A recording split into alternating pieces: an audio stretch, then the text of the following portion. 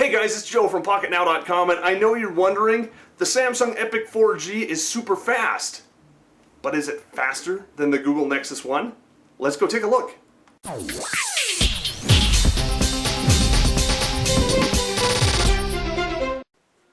So how fast is the Samsung Epic 4G compared to the Google Nexus One? Let's go ahead and run the quadrant standard full benchmark test and find out. So we tap those at the same time.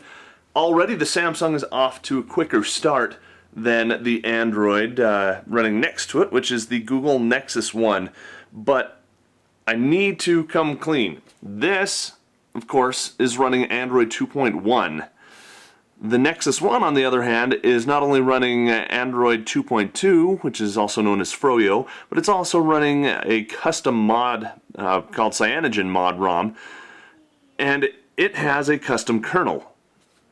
So it's got a lot of speed advantages already in its favor. But let's just let the two benchmarks run side by side and see how they turn out. One thing that I should mention is they both look very good on screen. The frames per second, it's all looking really nice.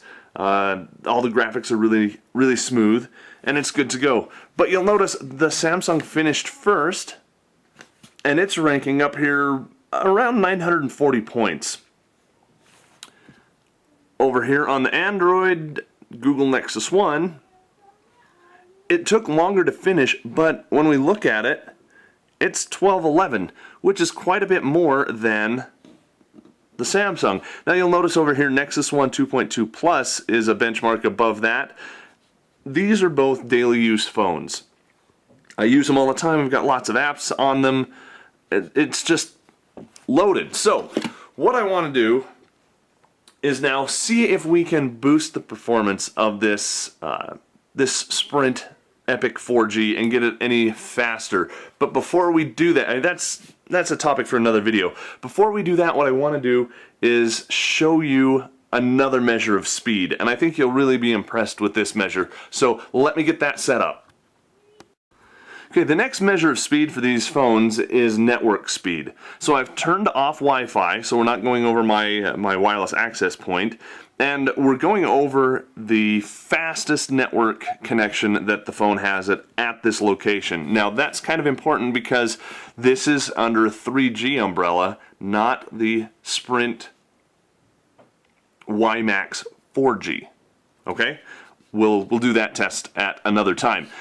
Over here we've got an H, that means we're under the T-Mobile HSPA, not HSPA Plus, just HSPA umbrella, and I've got full bars on both, so we're good. Next thing we need to do is make sure that, and this is the FCC mobile broadband test. It's free and it's in the market, so you can test this yourself.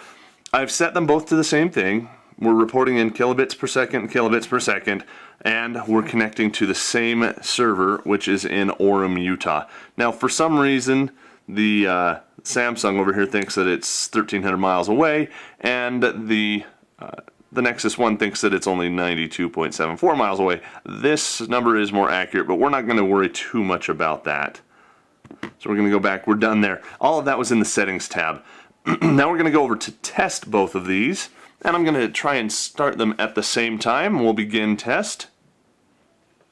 First thing it does is it starts with a download.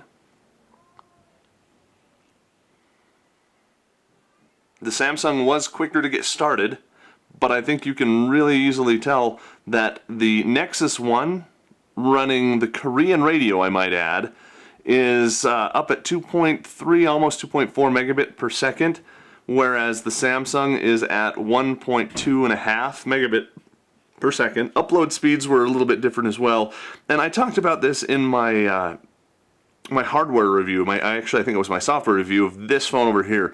The latency of this phone is really high. I mean, 377 milliseconds, that's quite a bit. Over here, 183. So let's not take the first test. Let's go ahead and run it again, see what we get. Started the Samsung a little bit earlier this time. Now, you want to run these tests through 3, 4, 5 times before you get a really good benchmark. And this test isn't going to be valid anymore because it went out, it got a little bit of a 4G signal and connected to that for a minute and then switched back to 3G, which is why we have the lower speed. So let's go ahead and run that again. While that's running, again, 2.4 megabit per second and almost 400 kilobits up. So that's really pretty good. The latency here is good, and that's kind of why I like T-Mobile. If we ever get a really good VoIP client for voice over IP on our mobile phones, latency is really important. The lower the latency, the better. Over on Sprint, that's more of a problem because their latencies have always been 300 to 600 milliseconds. I don't know why, but that's just a little bit too much lag when you're talking about voice communications. But again here, we didn't have all that great, and I didn't see it while I was talking switch into 4G and back. It might have, but even still, as far as 3G phones go, Nexus One wins hands down. But as soon as I can get back under a 4G bubble, which I might have to do on location, the Sprint just blows everything away. It's amazing how ridiculously fast it is. But now let's go and check this same test with Wi-Fi connected to the same wireless access point. Okay, so for the Wi-Fi test, I have an 802.11n Buffalo wireless router connected to Comcast cable, I would say probably 20 feet away. As you can see, I've got full bars over here on this one and bordering full or one bar less than full over here. So let's go ahead and start these at the same time. Now right before this test, I rebooted both phones to make sure that I got a really good, thorough test. One other thing that I need to note, the Samsung has 802.11n built in. So as soon as you turn it on, hook up to Wi-Fi, if you're on an 802.11n access point, you are golden.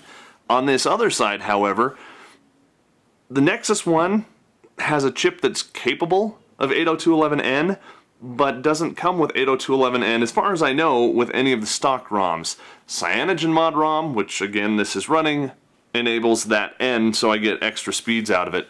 Now, down here we look 4100-ish kilobits per second versus 3700 kilobits per second, about half a megabit up, and millisecond latency times that are about the same. So as far as Wi-Fi speeds go, they're pretty much the same. I mean, that's margin of error right there.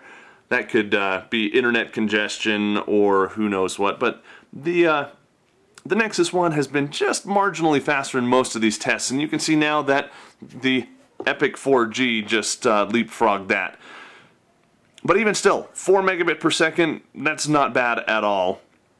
I'd kind of hope for a little bit more than that with 802.11n, but it's still a phone. It's still really, really fast for a phone.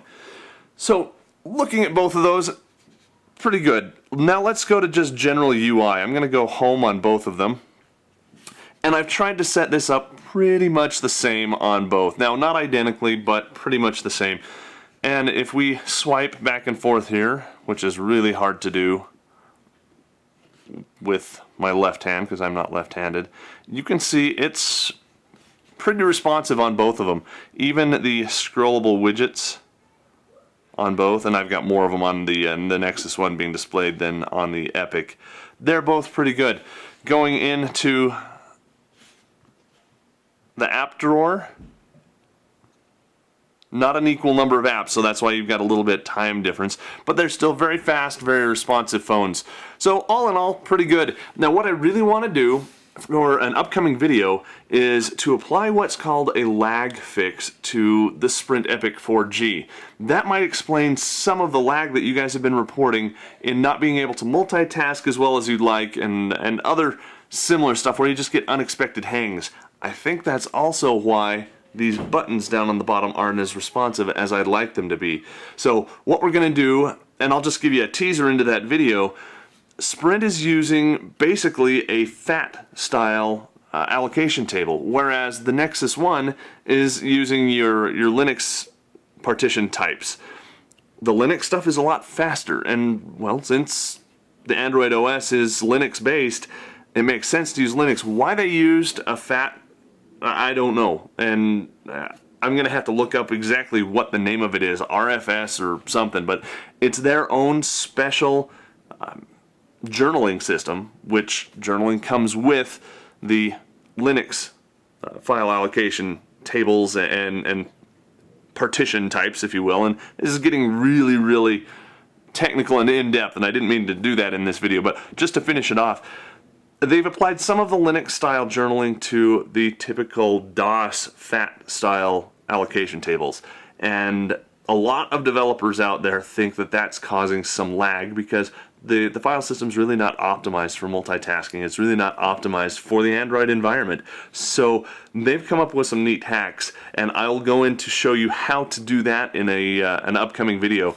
But looking back here at the speed differences between the Epic 4G and the Google Nexus One with a custom ROM on it, they're really, really impressive.